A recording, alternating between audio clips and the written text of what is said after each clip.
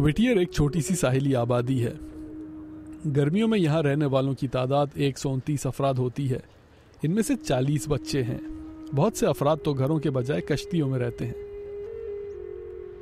जब सर्दियाँ शुरू होती हैं तो ये अपने घर बंद करके एंकरेज चले जाते हैं और इस छोटे से शहर की आबादी सिर्फ 13 अफराद रह जाती है। इन 13 अफराद में से एक ब्रेंडा टोलमन होती हैं। इन्होंने लकड़ी की ये केबिन खुद ही बनाई है और इसमें ये अपने हाथों से बनाई हुई आर्ट की अशिया बेचती हैं।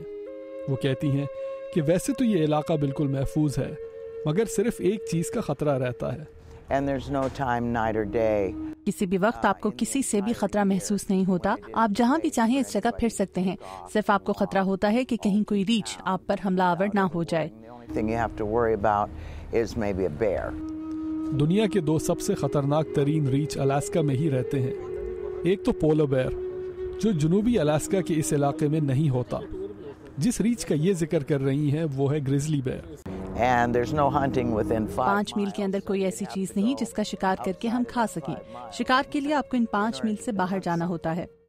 वो कहती हैं कि गर्मियों से तो इस दरिया में मछली भी पकड़ी जा सकती है और दरख्तों पर जो बेरीज उगती हैं आप उनको भी खा सकते हैं। बहुत से लोग बेरीज तोड़कर उनकी जैम भी निकालते हैं, मगर 95% अशिया जो लोग अलास्का में खाते हैं वो अलास्का के बाहर से मंगवाई जाती हैं। इन मुश्किल हालात के बावजूद भी एंथनी कोल हैडक अमेरिका के मेनलैंड से यहाँ नौकरी करने आए हैं। मुझे यहाँ ज़्यादा चैन मिलता है। मुझे बाकी दुनिया से राब्ते की ज़रूरत नहीं महसूस होती।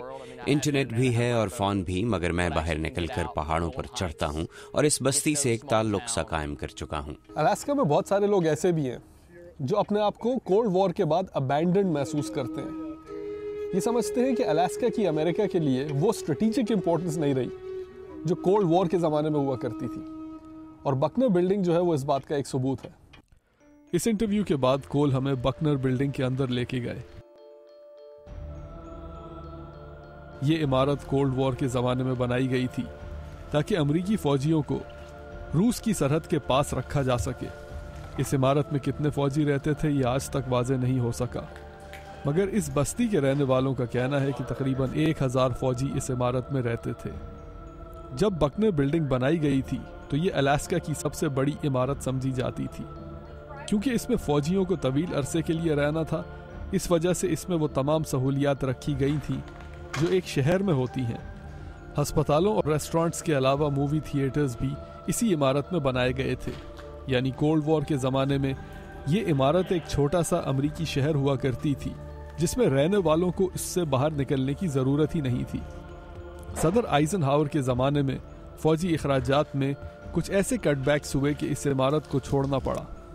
आज ही अलास्का के इस सुनसान इलाके में इतना बड़ा खंडर है कि इसके अंदर इंसान बहुत आसानी से गुम सकता है। बहुत से इंटरनेट फोरम्स पर तो ये भी लिखा गया है कि अलास्का की बकनर बिल्डिंग एक हॉन्टेड इमारत है जिसमें से अजीब व गरीब आवाज़ें आती हैं और एक बार अंदर घुसने के बाद लोग इन्हीं अंधेरे कॉरिडोर्स में गुम हो जाते हैं।